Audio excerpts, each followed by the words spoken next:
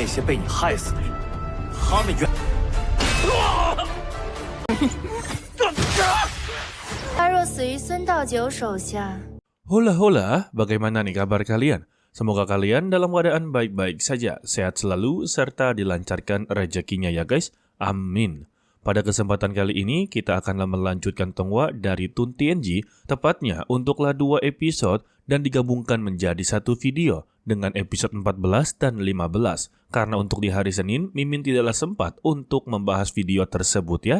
Kalau begitu, langsung saja kita masuk ke dalam ceritanya. Lalu di gerbang kerajaan Dongye, mereka telah kedatangan pasukan dari kerajaan Dongsen atau kerajaan ilahi timur. Seluruh para warga telah mengetahui beberapa desas-desus kalau kaisar kerajaan Dongsen inginlah menikahi Tuan Putri Dongye. Hal ini ya membuat mereka sebenarnya sama sekali tidaklah terima. Hanya saja mereka tidak bisa berbuat apa-apa. Sebab sekalinya mereka bersuara, sudah pasti nyawa mereka akanlah berakhir. Sesingkatnya, mereka telah berada di ruangan kerajaan, tetapi penyambutannya begitu sangatlah terlambat, membuat Raja Jiushi sungguh begitu kesal. Bagaimana bisa pihak tamu yang menunggu tuan rumah, tetapi ya dia tidak begitu mempermasalahkannya. Karena kedatangan dia ke sini hanya untuk bertemu dengan Tuan Putri, yaitu Wuyao. Tidak lama dari itu, datanglah Tuan Putri Wuyao. Kecantikannya membuat Raja Jiushi benar-benar begitu tertarik. Dan dia meminta kepada Tuan Putri untuk esok hari ikutlah dengannya dalam kembali ke kerajaan Dongsen. Namun, pihak kerajaan Dongye langsung menolak. Dikarenakan itu telah melanggar perjanjian. Sebab ya perjanjiannya, Tuan Putri akanlah dibawa ke kerajaan Dongsen dalam 7 hari ke depan. Serta pelayan dari Tuan Putri mencoba untuklah memarahi pihak kerajaan Dongsen, membuat salah satu bawahan dari Raja Jiushi malah tersinggung dan mencoba untuklah menghabisi nyawanya. Beruntungnya saja di sana ada Sun Doju yang berhasil menghentikan perselisihan mereka. Dirinya juga dipertanyakan siapa dia berani sekali memasuki ruangan kerajaan.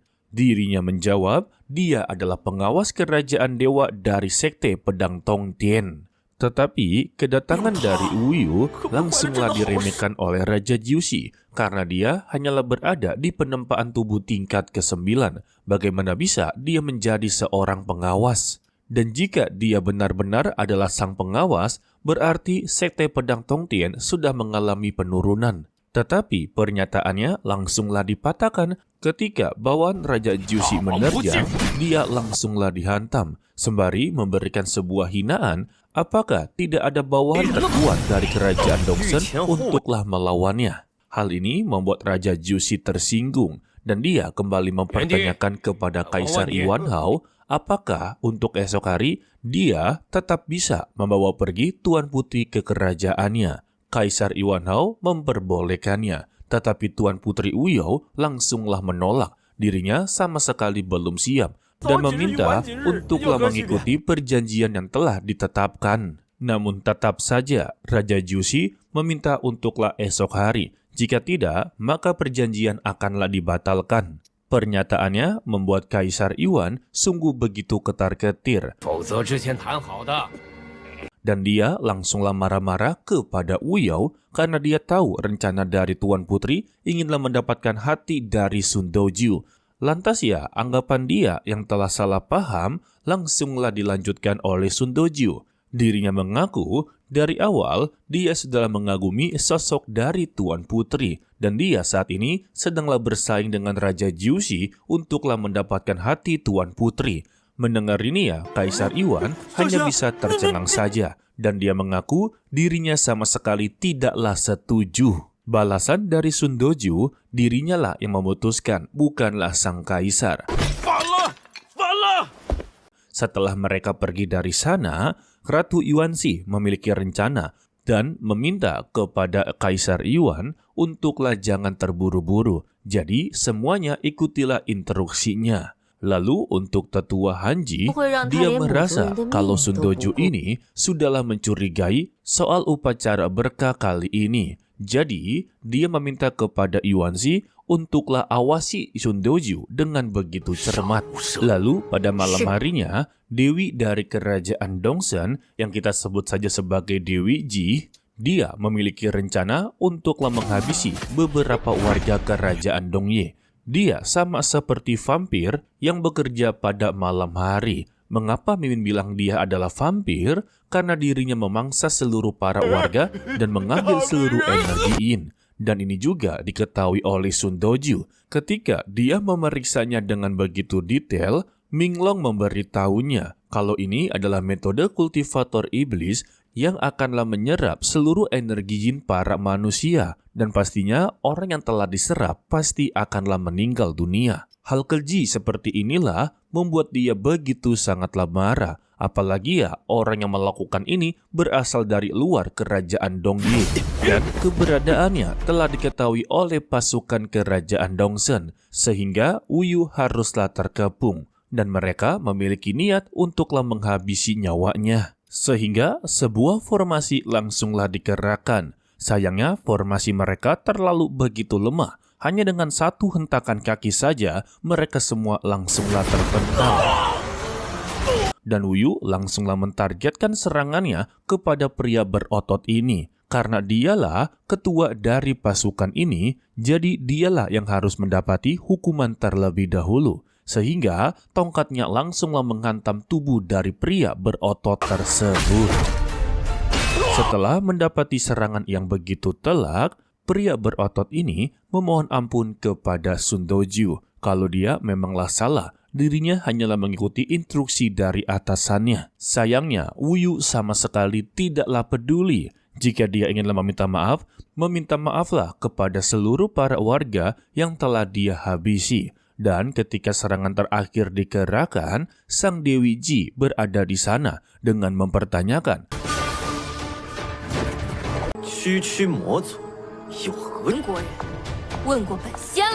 apakah dia telah diberikan izin untuklah menghabisi orang yang berasal dari kerajaan Dongsen? Waduh, ini kayaknya kerabat dari Wang Lin ya. Dia memiliki bendera jiwa tepat berada di tangannya. Sun Doju alias Wuyu, dia sangatlah terkejut. Ternyata yang disebut-sebut sebagai Dewi, dia berasal dari klan iblis.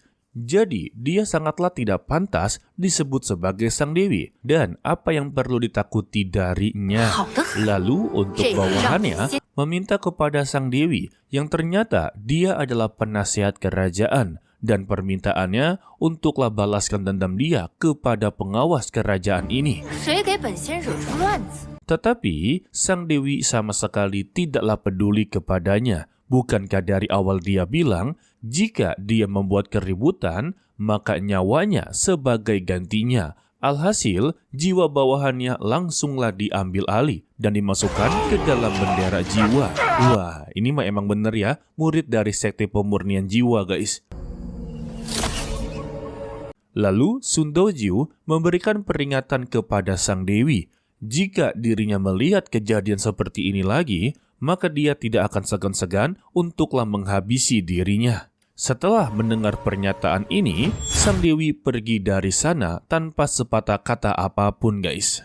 Setelah dari semua itu, Wuyu hanya bisa berhasil untuklah menyelamatkan bayi dari keluarga yang telah dihabisi. Dan membawanya kepada Zhongwu yang sedanglah tertidur serta terkejut ketika melihat ada bayi di hadapannya. Setelah diberitahu permasalahannya, Zhongwu benar-benar begitu kesal. Lalu dia kembali dipertanyakan bagaimana reaksi para warga setelah mengetahui kalau Tuan Putri akanlah dinikahi oleh Raja Juicy dari kerajaan Dongsen. Zhongwu hanya tertunduk lemas, tetapi sebagian besar dari para warga serta para pengungsi sudahlah memiliki keputusannya sendiri, di mana mereka nantinya akanlah menghalangi kereta bersama-sama dan mencoba untuklah mempertaruhkan nyawa mereka sendiri dalam menyelamatkan Tuan Putri. Pada intinya, Tuan Putri tidak boleh menikah dengan Raja Juicy guys.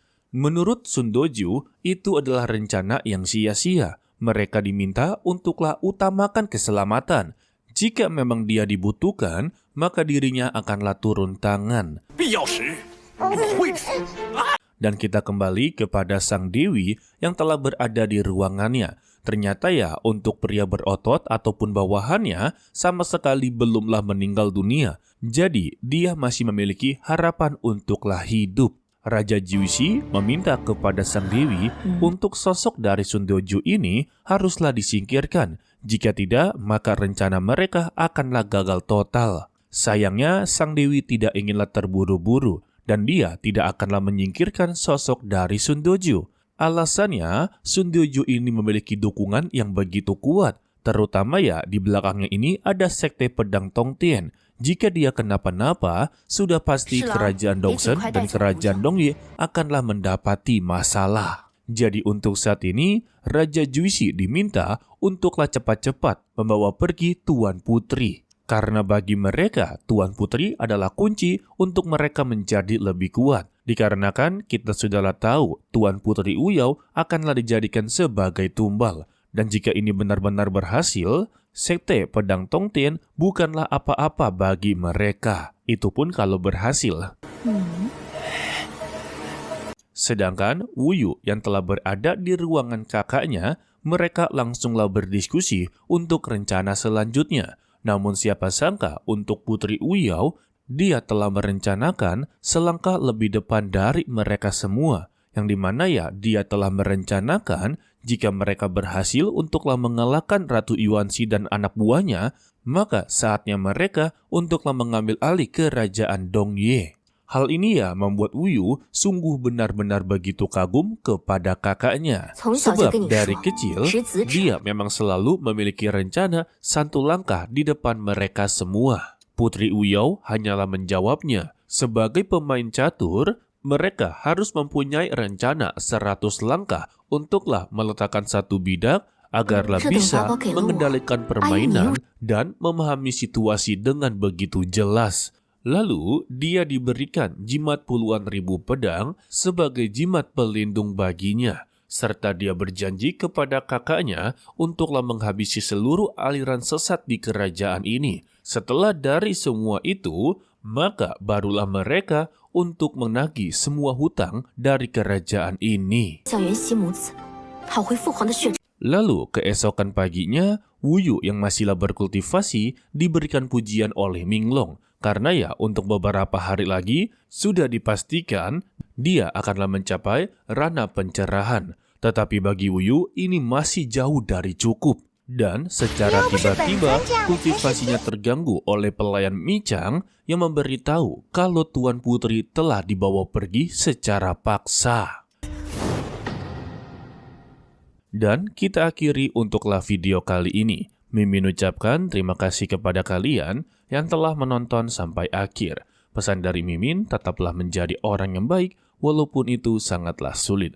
To be continue, sampai jumpa di video berikutnya. Bye-bye. 那些被你害死的人，他们原他若死于孙道九手下，